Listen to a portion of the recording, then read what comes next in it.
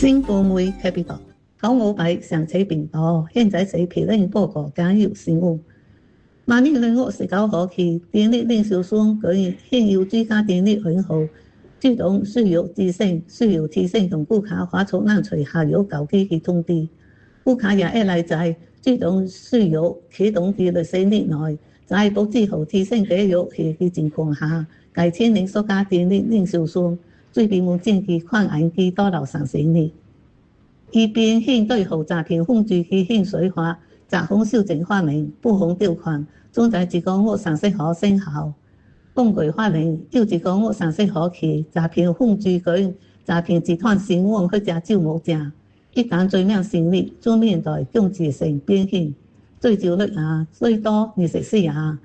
提供信卡或者個人信拍資料，協助詐騙控制實踐的揭露，也可能被判最多12年變刑。明年1月1號起，超速駕駛的刑法總加重。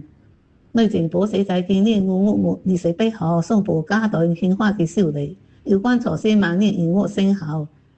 超速幅度在每小時20公里或者以下，違例記分總由4分加重到6分；超速幅度介於50到60公里的記分總由18分增加到24分。受案罰款額的正負介於50元到18元之間，最高罰款額可以到達500元。總理經財政部長王松在閩南區休假，直到本月31號。總理休假期間，仲有副總理兼苗軍部長顏建瑜出迎代總理。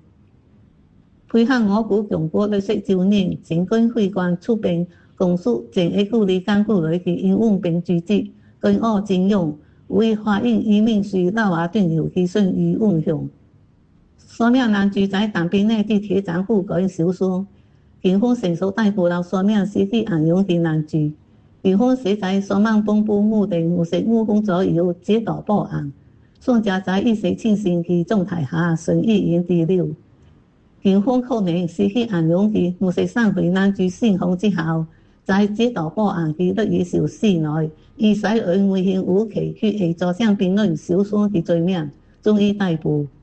台灣南野捷運站、台北車站跟中山站3名航務無人機先後發生事故使用，造成4人死亡，包括墜樓身亡的嫌犯，有9人受傷。輕輕攜帶罪到案的27歲毛一涵斷案，查證因為到兵役已被台灣當局通知。簡要新聞報告完了。